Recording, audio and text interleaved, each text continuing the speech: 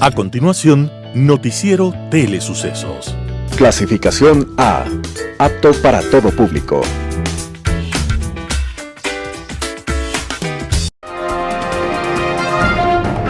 En sucesos, un día como hoy.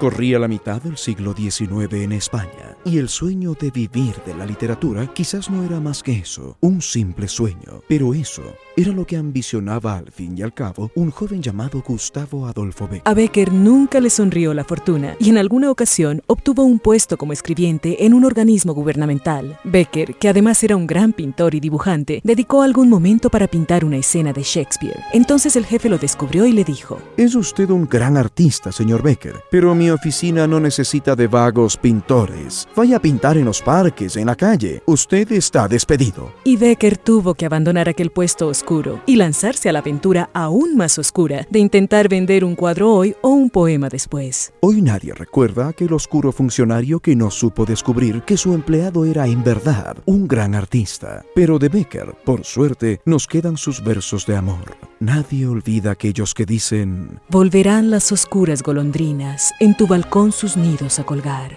Otra vez con el ala a sus cristales jugando llamarán. Aquellas que el vuelo refrenaban, tu hermosura y mi dicha al contemplar. Aquellas que aprendieron nuestros nombres, esas no volverán. Bécquer estaba partiendo un día como hoy, muy joven, apenas a los 34 años de vida. Era un 22 de diciembre de 1870. Y aunque, como las golondrinas de su verso, se fue para no volver, sus versos regresan siempre como nuevos, a donde quiera que exista un corazón enamorado. En sucesos, un día como hoy.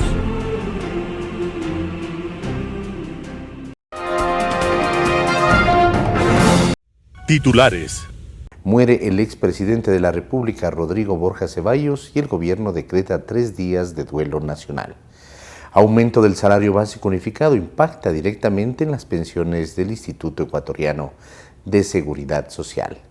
Andrea González Nader es designada como embajadora de Ecuador en Bélgica.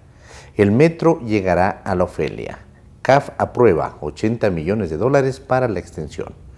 Gobierno del presidente Daniel Noboa habilita la inscripción para 54 institutos y conservatorios superiores públicos. Mercados y ferias en Quito, sabores para cenas y regalos para esta Navidad. Un noticiero pensado para usted porque se lo merece. Nos acercamos a la realidad desde diferentes perspectivas. Noticiero Telesucesos. Primera parte del noticiero Telesucesos con las noticias más importantes del día.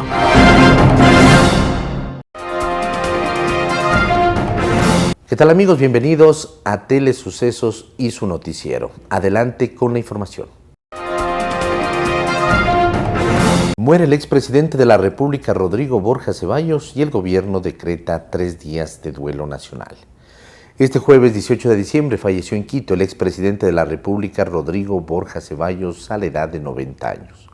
Borja llegó a la primera magistratura en 1988 y completó su periodo presidencial en 1992, cuando fue reemplazado vía democrática por Sixto Durán Ballén, también ya fallecido. En 1962, Rodrigo Borja fue electo diputado de la mano de la Izquierda Democrática. En 1970 regresó al Parlamento, permaneciendo hasta 1972, cuando se instauró la dictadura civil de José María Velasco Ibarra. Borja Ceballos fue una de las figuras más influyentes de la política nacional. Cuando se retornó a la democracia, Borja fue el candidato presidencial de la Izquierda Democrática en las elecciones de 1978, obtuvo el 4º lugar y en 1979 fue elegido nuevamente diputado. Para 1984 vuelve a participar por la primera magistratura, vence en la primera vuelta, pero en la segunda vuelta es derrotado por quien fue su más acérrimo rival, León Febres Cordero. También fue candidato presidencial para las elecciones de 1988 y 1998, donde no corrió con suerte. Tras la muerte del exmandatario Rodrigo Borja, el presidente Daniel Noboa dispuso 3 días de duelo en Ecuador. La bandera nacional permanecerá izada a media asta en todos los edificios públicos del país. Además, Noboa dispuso que el funeral de Estado sea coordinado entre la familia del exmandatario con los ministerios de Relaciones Exteriores, Defensa e Interior. Rodrigo Borja Ceballos fue la máxima figura y fundador de la Izquierda Democrática. Su amplia trayectoria política y académica le permitió recibir varios galardones en el mundo, entre ellos doctorados honoris causa, uno por la Sorbona de París, otro por la Universidad de Buenos Aires, la Universidad de San Andrés en Bolivia y la Universidad de Carolina del Norte en Asheville. Una de sus obras más representativas es la Enciclopedia de la Política. El metro llegará a la Ofelia. CAF aprueba $80 millones para la extensión. La ampliación del metro de Quito hacia el norte da otro paso. El directorio del CAF, el Banco de Desarrollo de América Latina y el Caribe, aprobó un préstamo de $80 millones para financiar parte de la extensión de la primera línea en el tramo subterráneo que conectará El Labrador con la Ofelia. Este respaldo de la banca multilateral ratifica la solidez técnica, financiera y administrativa del proyecto y refleja la confianza internacional en una obra estratégica para la movilidad de la capital. La aprobación es resultado de un trabajo sostenido y de gestión directa realizada por el Metro de Quito y el municipio ante los organismos financieros. La ampliación de la primera línea del metro contempla la construcción de 5.3 kilómetros de túnel y 4 nuevas estaciones en el norte de la ciudad. El proyecto beneficiará directamente a más de 70 barrios y alrededor de 500.000 personas, al mejorar la conexión con el sistema de transporte masivo. Uno de los impactos más relevantes será la reducción de los tiempos de viaje. En hora pico, el trayecto entre El Labrador y la Ofelia pasará de 48 minutos a 8 minutos, lo que aliviará la congestión vehicular y mejorará la calidad de vida de miles de quiteños y quiteñas. Esta ampliación forma parte de una visión de largo plazo que busca consolidar una red de transporte público integrada, sostenible y equitativa. Aumento del salario básico unificado impacta directamente en las pensiones del Instituto Ecuatoriano de Seguridad Social. El salario básico unificado SBU subirá a $482 desde el 1 de enero del 2026, es decir, $12 más que en este 2025. El ajuste tiene efectos concretos en la economía para jubilados y afiliados al IES, ya que las pensiones están vinculadas a la remuneración básica, entre ellas las pensiones mínimas y máximas por vejez. El cambio fue definido por consenso y ya es oficial. A partir de ahora, varios valores que se calculan con base en el salario mínimo se actualizan, entre ellos las pensiones mínimas y las máximas por vejez. Con el nuevo salario básico unificado, la pensión mínima será de $241 y se aplica a quienes se jubilaron con pocos años de aportes. Desde ese valor se va ajustando en forma progresiva hasta llegar a $482 para quienes acreditaron 40 o más años en aportes. El límite máximo podría llegar a $2.651 siempre y cuando cumplan con lo establecido en la normativa. En la práctica significa que quienes tienen menos de 10 años de aportes acceden a una pensión mínima equivalente al 50% del salario básico, es decir, $241. Para los que tienen entre 21 y 30 años de aportes, la pensión sube a $337, es decir, 70% del salario básico. Con 40 años o más se alcanza el 100%, es decir, $482.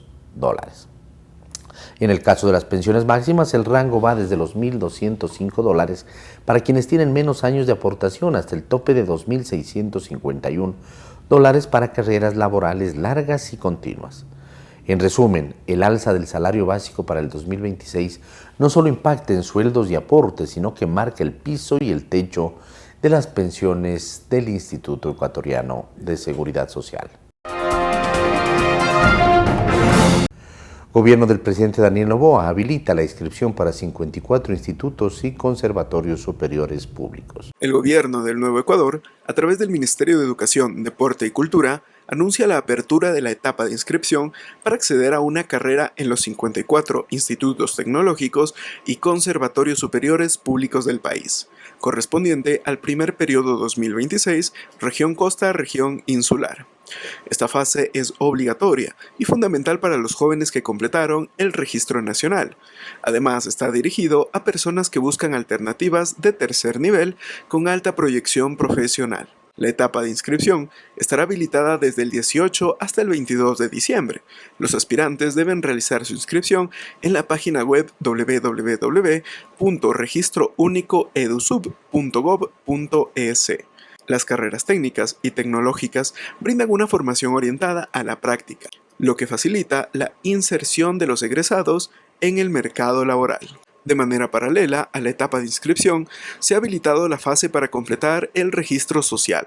Este proceso es opcional y busca garantizar la equidad en el acceso de la educación superior, permitiendo a las personas registrar su información socioeconómica y demográfica.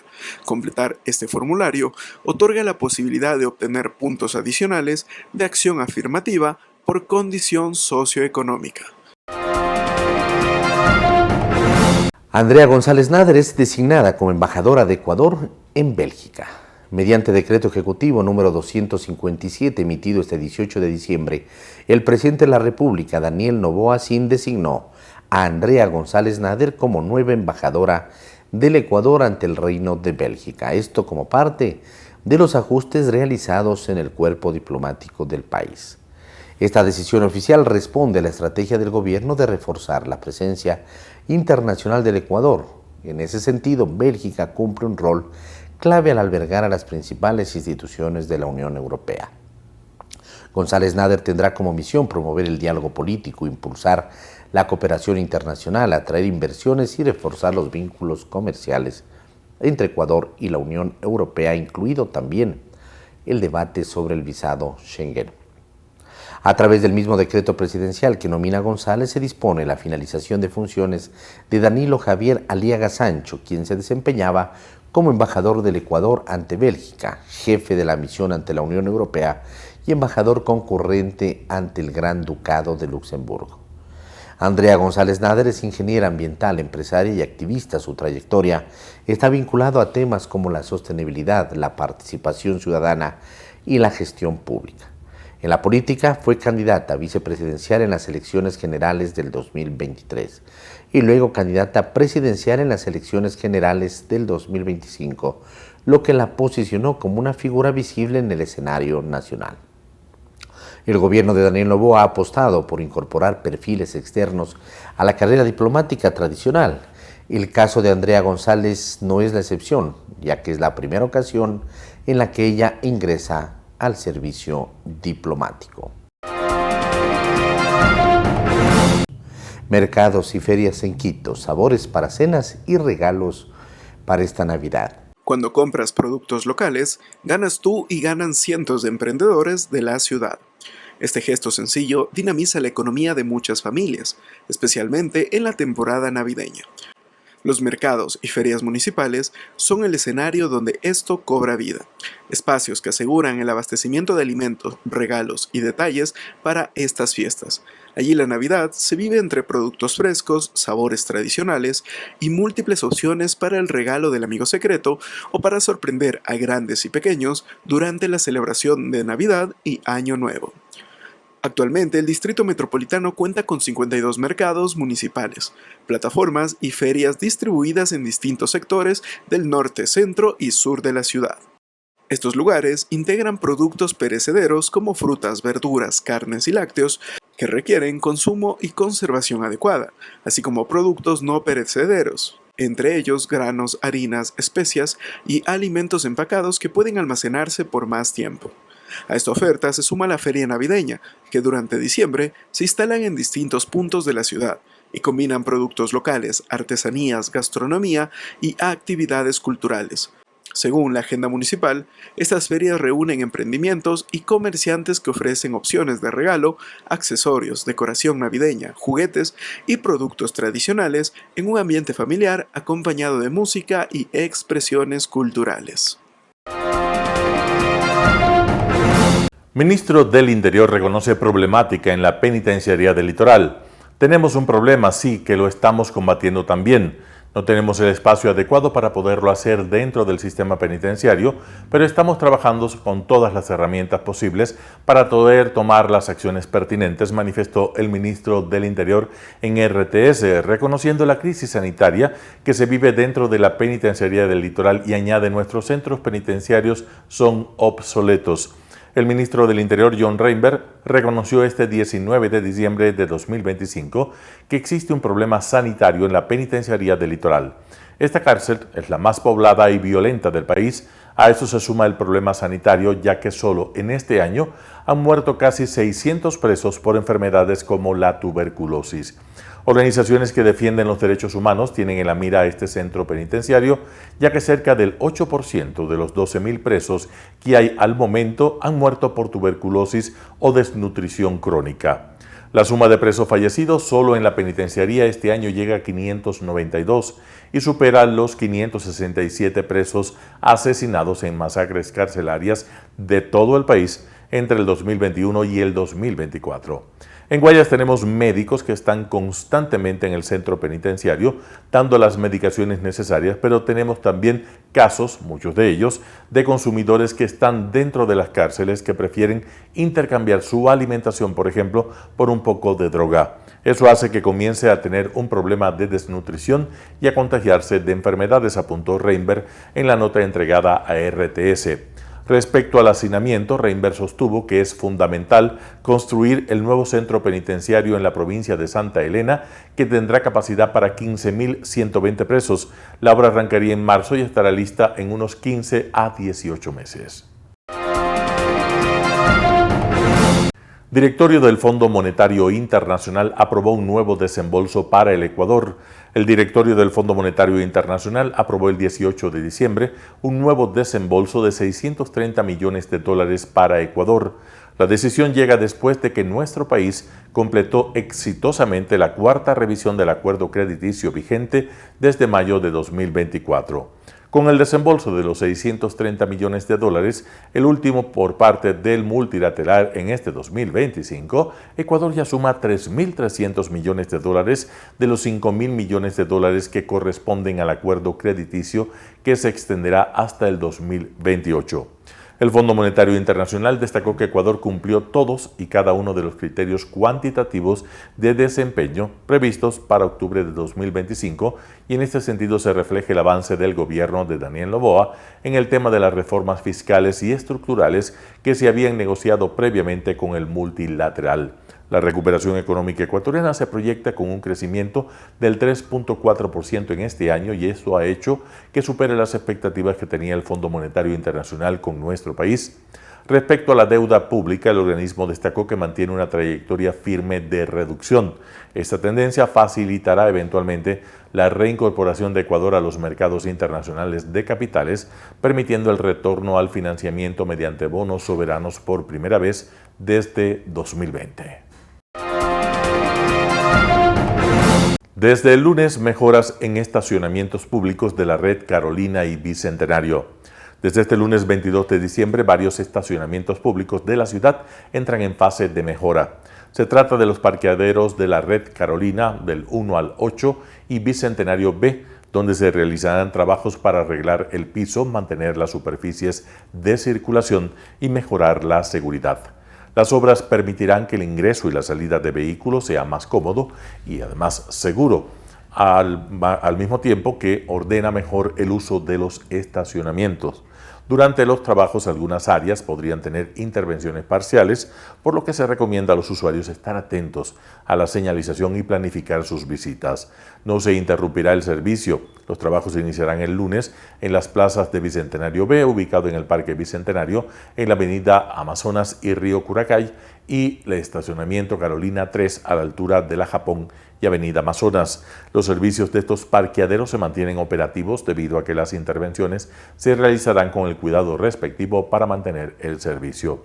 De forma paulatina se realizarán las intervenciones en los estacionamientos Carolina 2, Carolina 1, Carolina 4, Carolina 5, Carolina 6, Carolina 7 y Carolina 8. La obra implica la intervención en la capa de rodadura, por lo tanto el uso de los estacionamientos se vería condicionado durante el tiempo que dure la intervención en cada estacionamiento. Se solicita por ello la comprensión de los usuarios hasta mejorar el servicio, y las labores serán informadas de forma oportuna por los canales oficiales de la Empresa Pública de Movilidad y Obras Públicas. En Radio Sucesos estuvo Andrés Castillo, asambleísta de ADN, habla de la propuesta de reforma al Código Orgánico Integral Penal. Escuchemos lo que opina. La fiscalización es una de las principales aristas dentro de la Asamblea. Esa es una de nuestras funciones. Y en un caso tan delicado como Progen, tenemos que ver todo lo que sucedió históricamente hablando. Cuando se inicia el proceso de fiscalización de Progen, se lo inicia más o menos en el mes de noviembre del año anterior. En esa época, quien controlaba la Asamblea era el correísmo, con la Viviana Veloso. Y como ellos la controlaban, decidieron que el caso Progen tenía que ir a la Comisión de Transparencia y Participación Ciudadana. Ahí comenzó todo el proceso. Pero cuando les llegan los informes y las cosas que estaban requiriendo a partir de los documentos, termina el periodo. Cambia la correlación de fuerzas y va esto a la comisión, me refiero, a manos de la presidente Diana Jacome. Se llaman a dar las versiones. Entiendo que el sistema para contratar estas cosas tiene la figura esta de las unidades ejecutoras. Las unidades ejecutoras son SELEC, todas las empresas de estas eléctricas. Y por supuesto, la presidenta de la comisión convoca a las principales autoridades de estas unidades ejecutoras, entre esas el señor Calero. Recuerdo yo, y no con el afán de burlarme, soy católico, apostólico romano, no me burlaré sobre eso, pero el señor Calero agarradito un rosario llegó, ¿no? Tembleque, pobrecito él. Entonces, él contó todo lo que sabía, levantaron la información, requirieron más documentación. La Contraloría hizo su informe también, en donde identificó quiénes eran los responsables a la hora de suscribir el contrato. Se han sacado ya ciertos lineamientos en torno al tema, y lo que se esperaba es que tengamos ya la identificación de las responsabilidades administrativas para que con esto se nutra el informe. Entiendo que el día de hoy la Comisión de Participación Ciudadana ha convocado justamente por esta sensibilidad que existe de que se ha demorado un poco en el tema. No se quiere ir, entiendo, la presidenta Jacome a vacancia sin entregar un informe. Hoy tendremos pleno a las 5, a las 7 de la noche, y después de eso vendrá la comisión, la sesión de la comisión, y ahí se sacará el informe. Entonces, más bien esperemos para ver cuáles son las recomendaciones, las conclusiones, pero en todo caso ese ha sido el histórico que es importante conocer para que la ciudadanía entienda que esto no viene solo desde este periodo, sino desde el anterior. Y es muy importante explicarlo porque justamente es lo que se venía hablando, ¿no? Y bueno, y la Asamblea, ¿cuándo va a fiscalizar aquello? Ahora, Andrés, ¿cree que tenga que haber algunas ya repercusiones políticas respecto a este caso que, bueno, ahora ya no solamente se investiga acá localmente con el caso Apagón, se investiga también en las Cortes de Estados Unidos? Ya se conoce que el presidente mismo puso esta demanda, y bueno, ¿qué responsabilidades políticas debería haber? ¿Ustedes como asamblea van a fiscalizar aquello? Por supuesto, yo estoy expectante porque tendré que reconocer que no conozco el contenido del informe. Evidentemente, de encontrarse responsabilidades, pues habrá que trasladarlas a quien corresponda. Es decir, yo en esto quiero ser muy claro, nosotros no nos vamos a lavar las manos, pero en materia de fiscalización y control político, lo que la Constitución y la ley dice es que cuando se lleva adelante un proceso de fiscalización, si es que se encuentran responsabilidades administrativas, se tiene que trasladar el expediente a la Contraloría. Claro. Si es que hay indicios de responsabilidad penal, se trasladará a la Fiscalía.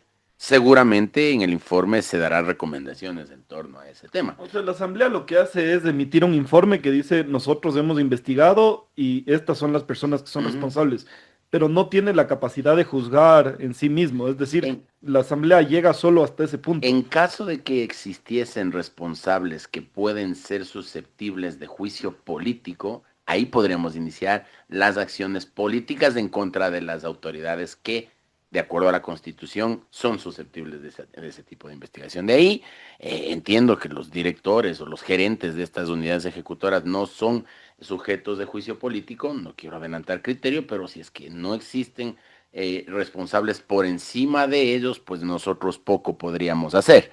De todas maneras, se darán nombres, apellidos, conexiones y todo lo que haya logrado identificar. Insisto, supongo eso hará la comisión, porque yo no pertenezco a esa, pero Claro. evidentemente esa es la idea, ¿no? Que pueda haber un criterio claro de al menos quiénes son los directos responsables de este tema. Bueno, hablemos de algo que también presentó ADN en estos días. La bancada oficialista presentó el lunes un proyecto de reformas al Código Orgánico Integral Penal. Y el objetivo es que delitos como delincuencia organizada o terrorismo no prescriban en la normativa ecuatoriana. Ahora yo he visto a penalistas de expertos que dicen que esto no se puede presentar con una reforma al COI, sino con reformas a la Constitución. Bueno, ¿por qué presentarlo entonces si es que no estaría adecuado a la ley o a la normativa? Una maravilla, ¿no?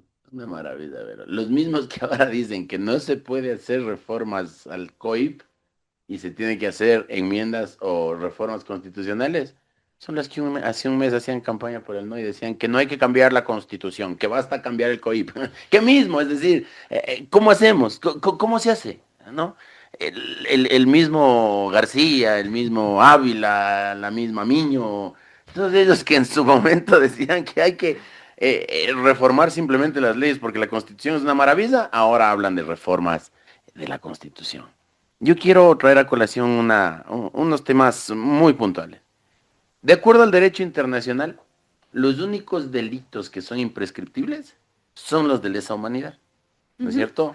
Así es. La tortura, la desaparición forzada de personas, el genocidio, el apartheid, los delitos de guerra. Esos son imprescriptibles. En la Constitución ecuatoriana se incorporó otras que no necesariamente están en el derecho internacional. Me refiero, por ejemplo, a los delitos contra la administración pública. El peculado, el cohecho, la concusión, el enriquecimiento ilícito. Adicionalmente se incorporaron los delitos sexuales en contra de niños, niñas y adolescentes. Esos también son imprescriptibles. Pero resulta que cuando nosotros nos ponemos a atacar de frente al crimen organizado, a la delincuencia organizada, a la mafia, ahí se ponen quisquillos.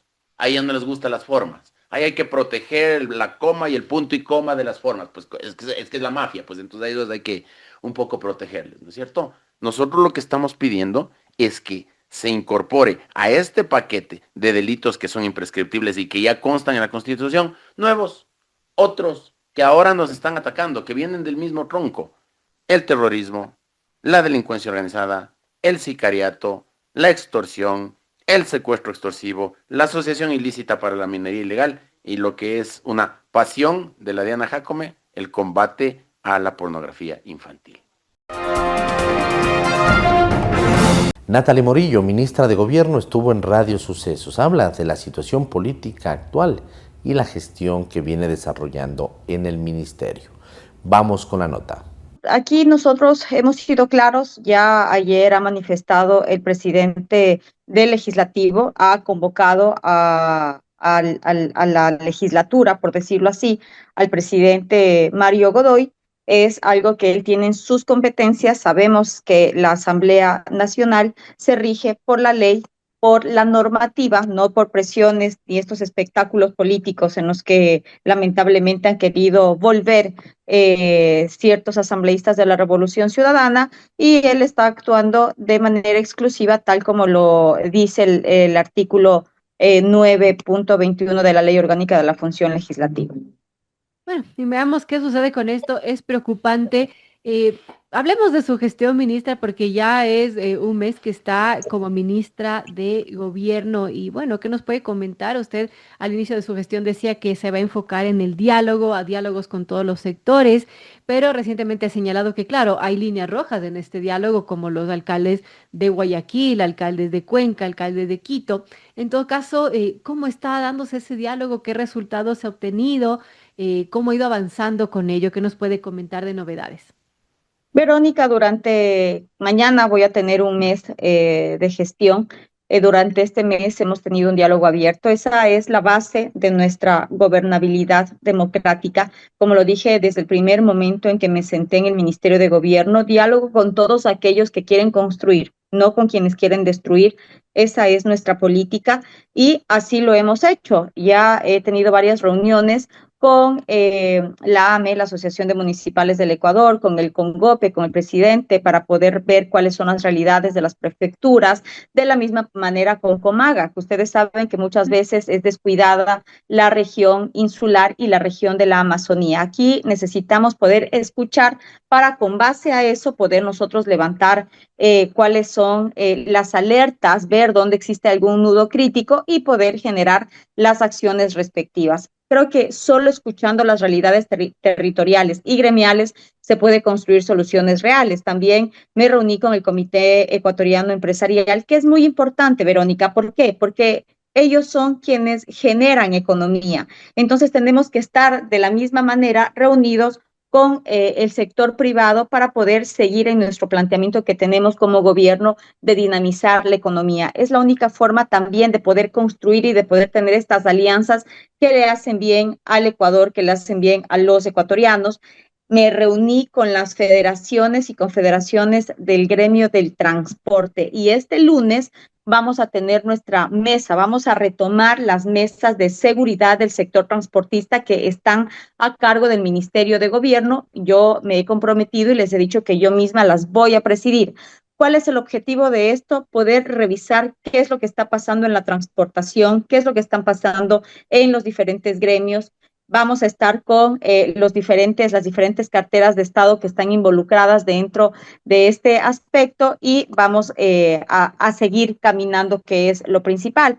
Ayer en la tarde tuve una primera mesa territorial que yo les había mencionado y que inclusive yo al sentarme lo dije, fue en Guayas, en la provincia del Guayas. Nos reunimos con todo el Ejecutivo desconcentrado, con los asambleístas, con el gobernador, para ver qué es lo que está pasando, cuáles son las realidades que están sucediendo en la provincia, en el cantón de Milagro, y poder ahí levantar las necesidades. Necesitamos tener acciones y acuerdos concretos para poder resolverlos. Nosotros reconocemos que el país exige estabilidad, exige soluciones, exige liderazgo, y por ello estamos haciendo este modelo de gestión basado en la corresponsabilidad. Escucharles, dialogar a todos los sectores, no con quienes diálogo, no con quienes, como lo menciono, quieren destruir, no con quienes están involucrados en temas de corrupción, no con quienes están con procesos judiciales abiertos. Con ellos no nos vamos a sentar porque nosotros no nos vamos a sentar en la misma mesa a hablar con delincuentes. Ministra, ¿cómo están las cosas en la Asamblea? Usted conoce la dinámica interna de la Asamblea Nacional porque fue legisladora de ADN. Y bueno, recientemente las posturas con bloques como la Revolución Ciudadana parecen haberse distanciado de nuevo. ¿Cómo plana recomponer esos puentes en la Asamblea para evitar el bloqueo de leyes? Por ejemplo, recientemente se presentó esta enmienda constitucional o reformas al COIP. Usted dice que tienen más de 77 votos, pero por ejemplo, estará cuesta arriba conseguir 101 votos para lograr esta aprobación de una enmienda, por ejemplo. ¿Cómo lograrlos? ¿Qué hacer? Bueno, aquí se va a ver más bien quiénes están del lado de los ecuatorianos y quiénes están del lado de los delincuentes. Esa es la realidad. La enmienda al artículo 35 que nosotros estamos proponiendo es justamente para que las personas que son privadas de la libertad sin perder sus derechos, porque aquí escucho a los defensores de los delincuentes a decir que eso vulnera los derechos de las personas privadas de la libertad. Lo único que nosotros estamos haciendo es una reingeniería de la Constitución que estaba mal y que en el artículo 35, donde están las personas vulnerables, ¿qué se entiende como personas vulnerables? Algo natural, algo que pasa, no algo que buscan. Por ejemplo, los niños, las niñas son personas vulnerables. Las mujeres embarazadas, los adultos mayores, las personas con discapacidad deben estar en estos grupos prioritarios. Pero ahí existe también la palabra personas privadas de la libertad. Lo que nosotros estamos diciendo es que a las personas privadas de la libertad se las saque del grupo de vulnerabilidad, porque inclusive muchas veces hemos visto cómo con estos beneficios acceden a privilegios y evaden la justicia. Y se les pase al artículo 78 para que se agregue un numeral 78.1 y que sea en ese articulado, en ese capítulo que ellos puedan estar. Eso es lo que nosotros decimos, que las personas vulnerables realmente sean quienes lo necesitan y tengan los privilegios quienes realmente lo necesitan, no quienes son asesinos, no quienes son violadores, no quienes hayan delinquido. Eso es lo que nosotros estamos proponiendo y simplemente Verónica y Andrés lo que se verá reflejado es quienes realmente tienen la voluntad con la ciudadanía, con las víctimas, no con los victimarios. Otro artículo muy importante que también hemos impulsado es Diana Jacome propuso una reforma al COIP, al artículo 16, numeral 4. ¿De qué se trata esto? De que las penas no prescriban, porque vemos que de la misma manera los asesinos están por un lado, se fugan del país, luego regresan campantes como que no ha pasado nada una vez que ya ha pasado su pena. Y eso es lo que nosotros no queremos. Aquí la justicia tiene que ser para todos y nosotros les vamos a buscar. Si huyen, les vamos a perseguir internacionalmente y si se esconden, los vamos a encontrar. Nosotros no vamos a tener contemplación con nadie, vamos a ser implacables para que la justicia actúe y para que los delincuentes estén donde tienen que estar, en la cárcel. En Contacto Informativo estuvo Germán Rodas, coordinador de la Comisión Nacional Anticorrupción, y habla de la contrademanda de Austral al Estado ecuatoriano. Escuchemos lo que opina. Hay que tener la información pertinente porque lo que inicialmente se entendería es que ha habido filtración de información y si ella, esa persona detenida era la máxima autoridad de la policía, imagínese lo que significa la filtración de información y otros asuntos que pueden haber contribuido para que los actores del crimen organizado o estén protegidos o existan otro tipo de circunstancias. Habrá que esperar la información oficial que entiendo que está en, como se dice noticiosamente, en pleno desarrollo por un lado, pero sobre todo una información oficial que nos dé una claridad y certeza sobre lo que ha ocurrido en esa institución. Eso es importante. Claro. Veamos otro tema que ha sido muy importante en esta semana y es el tema eléctrico. Ayer esta empresa extranjera Austral, que tenía un contrato, tenía la obligación de generar energía en la provincia de Esmeraldas, resulta que presentó un segundo arbitraje y le exige a SELEC $25 millones y 11 meses más para terminar Esmeraldas 3, es decir, el contrato inicial por el que ya se le habían pagado $71 millones y hasta el momento pues no se genera un segundo de electricidad. Es una planta que lleva casi 12 meses de retraso. ¿Cómo ve pues esta instancia de esta empresa Austral? Yo quiero comentarle, Edgar, que la Comisión Nacional Anticorrupción hace un año advirtió todo lo que está ocurriendo, no solamente con el tema de Austral, sino con el de Progen. Habíamos señalado que en ninguno de los dos casos estas empresas, ya vamos a hablar de Austral, pero hablando de las dos, son fabricantes de los motores que podrían entregar electricidad al país. Fue un gravísimo error, por decirlo menos, contratarlos sabiendo que no producen los motores. Mire usted el caso de Progen. Quien construye los motores es la empresa EMD. Progen es una terciarizadora, vende los motores que los ha repotenciado, de tal manera que sabíamos lo que iba a ocurrir. En el caso de Austral es más grave todavía porque la empresa se formó un mes antes del contrato. Se formó en el Uruguay con un capital de $260, con 4 personas. Recibieron los $71 millones de los 90 millones, es decir, un porcentaje muy alto, sin las garantías al anticipo, y por lo tanto las dos empresas sin garantías de los constructores, porque Austral dijo que iba a entregar una característica de motores que solo los produce la fábrica MAN, y la fábrica MAN no es la que tenía el contrato con el Estado ecuatoriano, sino esta empresa Austral, que una vez que recibió los $71 millones, salió por el mundo a buscar motores para que le entregaran y ellos a su vez entregarlos al país. Y entonces nos trajeron cualquier chatarra. Esa es la verdad. Por eso es que nosotros hemos señalado nuestra preocupación Desde hace un año, la advertencia la hicimos medios de comunicación igual, periodistas de este país. Las cosas estaban mal y le pedimos en su oportunidad a la ministra Manzano, de esto hace 7 meses por escrito, que nos contestara varias preguntas. Una de ellas en el tema de Australia era exactamente la siguiente pregunta, que es muy sencilla. La maquinaria que llega al país va a funcionar a 50 o a 60 hercios para saber cómo funciona. Otra pregunta, ¿tenemos garantías de los fabricantes? Otra pregunta, ¿tenemos garantías en el caso de que no entregaran a tiempo? Un absoluto silencio. Casi fue la crónica de un asalto que tiene responsables ciertamente en Progen y en Austral, es evidente, en gente que vendió de mala fe, pero los compradores también.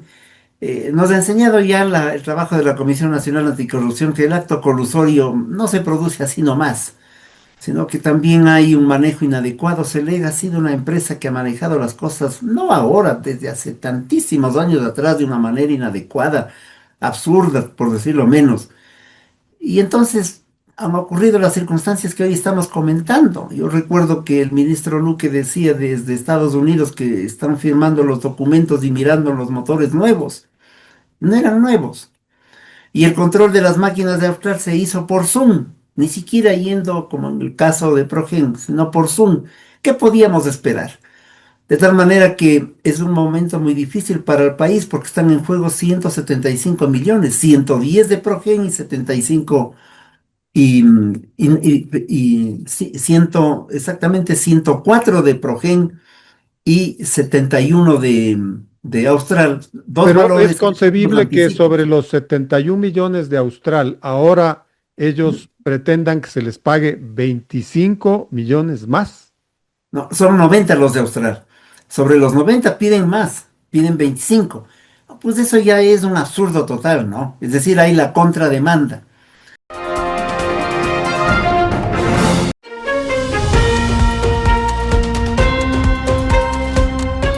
Otro perfil de corrupción. Artículo de Ramiro Ruiz. Los ecuatorianos estamos cansados de presenciar cómo desvalijan los dineros nacionales y la indiferencia de los gobiernos de turno. CNT es una institución con problemas administrativos. Es una empresa de comunicación especializada en producir pérdidas. Ha demostrado ineficiencia y corrupción. Entonces viene el nuevo gobierno con un mandatario joven y lleno de energía. Los ciudadanos esperamos la solución de los problemas nacionales como la inseguridad, la pobreza, ineficacia y corrupción en el sistema de salud, la desnutrición crónica de niños, en fin. Estos y otros problemas no esperan más tiempo para tomar decisiones y liquidarlos. Pero no, aparece otro problema en una de las empresas estatales más débiles. El gobierno muestra absoluta para comprar y sistemas técnicos y solucionar la atención eficiente a los enfermos. Aquí está otro enredo con olor a corrupción. El presidente anticipó públicamente la implementación de Hardware en el IES el 22 de octubre del 2025, 24 minutos antes del cierre de la segunda convocatoria de Proformas. Competían 4 oferentes: CNT, Hardware por $37.7 millones, la ESPE con $29.3 millones, Hightech con $19.6 millones y Tecnobright con $9.8 millones. La de Hallvir CNT era la oferta más cara. Ese proceso fue declarado desierto. Al día siguiente, el 23 de octubre, se abrió una tercera convocatoria con un plazo de solo 24 horas, a la que se presentó únicamente CNT. Parece una convocatoria con piola. El único oferente quedó jurídicamente protegido y pasó a un régimen especial. Le adjudicaron de forma directa el sistema de administración y gestión de salud a CNT Hardware por un monto cercano a los $38 millones. El perfil corporativo de Hardware agudizó las sospechas. La empresa matriz forma parte del grupo OneNess. En Ecuador, Hardware se constituyó recién el 11 de junio del 2024, con un capital social de apenas $100. El accionista es Reflect Technologies de la UAR, sin experiencia previa en gestión hospitalaria o contratos gubernamentales a gran escala. A pesar de esa historial, la firma se promocionaba como socia de Google y según un comunicado público en enero, o publicado, mejor dicho, en enero del 2025, aspiraba a captar contratos por $150 millones en 5 años con el Estado ecuatoriano. Está comprobado que en la dirección registrada en Miami la compañía ya no operaba físicamente, solo quedaba un vehículo con un logo. Un reportaje de un medio digital ya alertó que la única accionista de Healthbeer, Reflect Technologies, que supuestamente iba a manejar en Ecuador $150 millones en innovación de la gestión de salud pública, enfrentaba una demanda reciente de más de $180,000 por no pagar el alquiler de sus oficinas en Miami. Por último, Healthbeer anunció su abandono del proyecto de $37.7 millones para gestionar el sistema de administración hospitalaria del IES y su salida del país. Citó oscuros intereses e inseguridad jurídica. El secretario general de Integridad Pública, José Julio Neira, reiteró que no se puede fiscalizar un proceso que no existe y explicó que la Corporación Nacional de Telecomunicaciones, CNT, y Healthbeer tienen un acuerdo comercial firmado para hacer un levantamiento de información. No se trata de un contrato de compra pública, sino de un estudio previo que no tiene ningún costo. Lo que diga el señor Neira siempre será para nosotros de relativa desconfianza, porque forma parte del entorno empecinado en llevar adelante el contrato con Healthbeer, sostuvo Germán Rodas, coordinador de la Comisión Nacional Anticorrupción. La lucha contra la corrupción no debe politizarse con el conflicto de legisladores de ADN y Revolución Ciudadana. Para esto están las entidades de control, Contraloría y Fiscalía General de la Nación. Artículo de Ramiro Ruiz.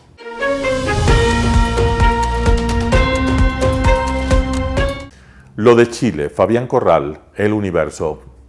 Lo de Chile, el amplio triunfo de José Antonio Kast, un insigne derechista, sobre la candidata comunista nos ha puesto a pensar y a algunos personajes de la izquierda les ha puesto a insultar, lo que revela que el fanatismo está a flor de piel y se activa al impulso de cualquier contratiempo histórico. Contratiempos históricos: el desastre de Cuba, el vergonzante gobierno de Daniel Ortega en Nicaragua, la quiebra de la Venezuela de Nicolás Maduro, la calamitosa situación de Bolivia, el penoso régimen de Gustavo Petro en Colombia, los disparatados discursos de la presidenta de México, Claudia Sheinbaum. La tesis fundamental era que el socialismo traería la felicidad, que la justicia y la paz llegarían con los caudillos de esa ascendencia, que las maldades de la libertad burguesa serían abolidas para siempre, que la democracia serviría para llegar al poder y quedarse, que el pueblo iba a votar invariablemente por la izquierda, que el liberalismo era una mala palabra, que el conservadurismo era veneno, que la verdad estaba alojada en los discursos de Hugo Chávez, Rafael Correa y Lula da Silva, en los larguísimos de Fidel Castro y en los circenses de Andrés Manuel López Obrador. Que las objeciones a semejantes dogmas provenían de herejes, que lo políticamente correcto era hablar en la línea y según el estilo de los inefables redentores de las izquierdas. El triunfo del derechista chileno, como lo fueron el de Javier Milei, como lo fue el del premio Nobel María Corina Machado, y los episodios que le rodearon y la derrota de Evo Morales en Bolivia, y pese al transcurso del tiempo transcurrido, el Nobel de Literatura a Mario Vargas Llosa constituyen reveses importantes que nos ponen a pensar más allá de la coyuntura en la idoneidad política, intelectual y moral del comunismo y sus parientes, en el hecho de que la gente vota también por la derecha, que la literatura y las artes no son de propiedad de sabios que se creen y que no creen en la libertad, que la democracia liberal puede edificar transitorios íconos de la izquierda y también afianzar el poder a gente de derecha. Los reveses son parte de la historia y son lecciones de los que los dogmas pueden ser barridos del escenario político y cultural cuando los hechos y las percepciones de la gente ponen en entredicho a los hipotéticos gestores de la felicidad colectiva. La historia tiene sus baches, sus riesgos e incómodas verdades, de las que deben aprender los revolucionarios y los ideólogos, los de la izquierda y los de la derecha, los comunistas y los libertarios, todos, sin excepción. Les corresponde ahora a los revolucionarios asumir que la democracia los ha descalificado, que el poder no debe servir para afianzar sus tesis, ni para lesionar las libertades, ni para consolidar dinastías, que el poder es para servir, respetar, tolerar y actuar conforme a las reglas de la civilización. Al presidente de Chile le corresponde, por su parte, interpretar su mandato como un gran desafío para demostrar a su país y al mundo que la libertad es un ingrediente de la justicia, que la democracia es mucho más que una elección y que su reto es hacer del suyo un gobierno ejemplar, honorable y respetuoso. Fabián Corral, El Universo.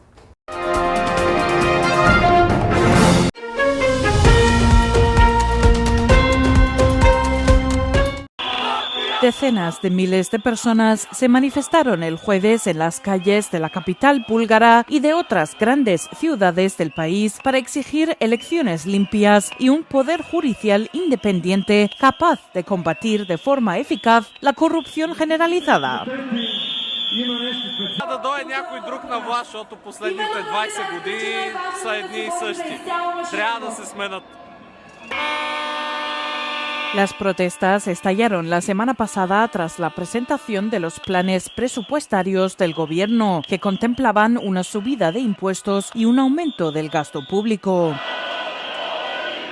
Aunque el Ejecutivo retiró posteriormente el polémico proyecto, la crisis política se profundizó y el gabinete acabó presentando su dimisión. Ahora se espera que el presidente del país nombre un gobierno provisional y convoque nuevas elecciones parlamentarias anticipadas, que serían las octavas desde 2021.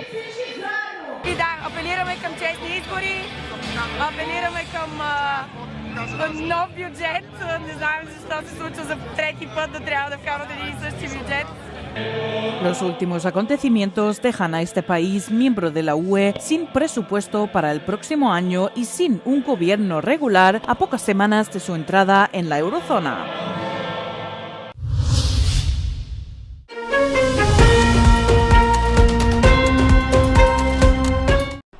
Una mente brillante truncada por un asesinato inexplicable, así describen antiguos colegas de Nuno Loureiro en el Instituto Superior Técnico de Lisboa la muerte del científico portugués de 47 años.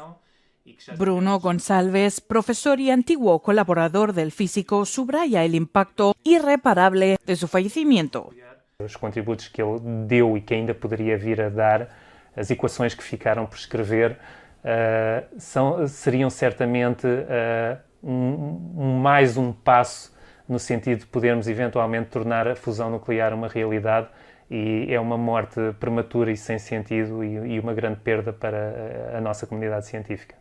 Loureiro, que en la actualidad dirigía un laboratorio en el Instituto Tecnológico de Massachusetts, fue asesinado a tiros frente a su domicilio en un suburbio de Boston.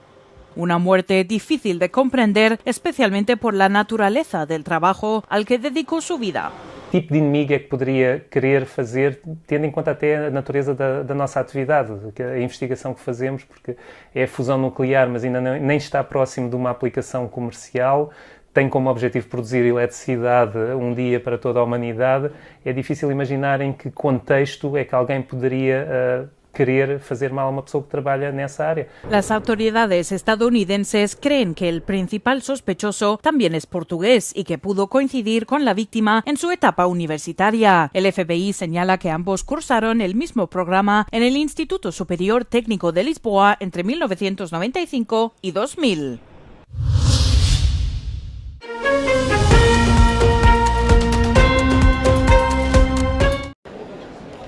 Los trabajadores aeroportuarios de toda Europa se declaran en huelga durante las fiestas navideñas para exigir mejoras salariales y de las condiciones de trabajo. El martes, el personal de tierra, las tripulaciones de las aerolíneas y los controladores aéreos italianos se declararon en huelga durante 4 horas en los principales aeropuertos como los de Roma, Milán y Venecia. En el Reino Unido, el personal de tierra de EasyJet en Londres en el aeropuerto de Luton hará huelga del 19 al 22 de diciembre y de nuevo del Boxing Day al 29 de diciembre. El personal de cabina de SAS en Heathrow también se declarará en huelga los días 22, 24 y 26 de diciembre, lo que afectará a las rutas escandinavas. En España, los mozos de equipaje de Ryanair se declaran regularmente en huelga en aeropuertos como Barcelona, Madrid y Málaga hasta finales de diciembre. Los sindicatos lo califican de comportamiento al estilo Grinch por parte de empresarios mal pagados durante la temporada alta de viajes.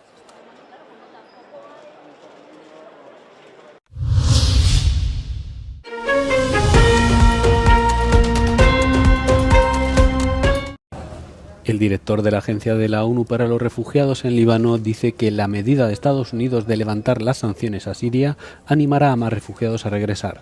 Muchos de los refugiados que vuelven de los países vecinos tienen derecho a recibir pagos en efectivo, pero muchos también regresan a hogares destruidos y sin oportunidades de trabajo.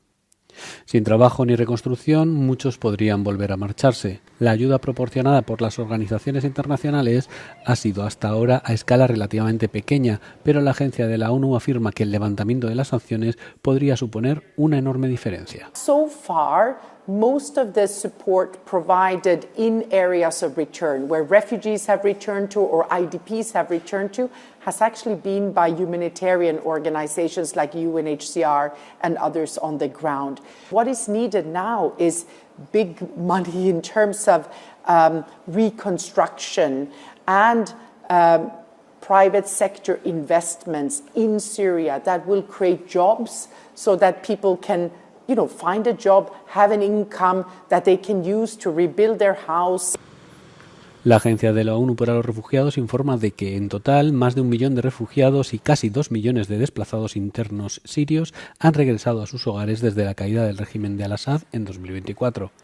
Estados Unidos impuso las sanciones en 2019 para castigar a Al-Assad por abusos contra los derechos humanos y crímenes de guerra durante la guerra civil del país.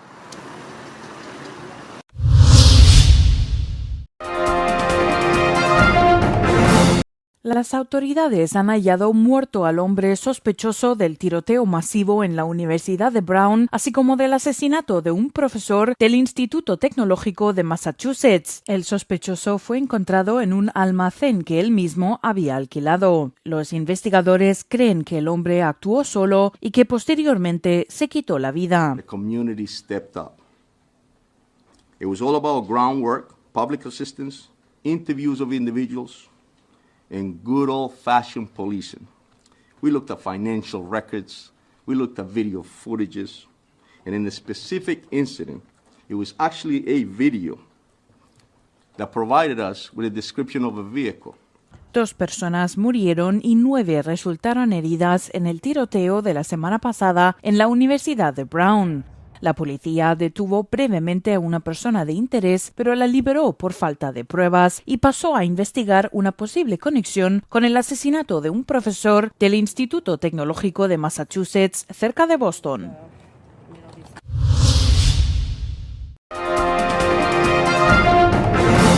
Amigos, gracias por acompañarnos el día de hoy en el noticiero Telesucesos. Nos vemos en una próxima ocasión. Un abrazo.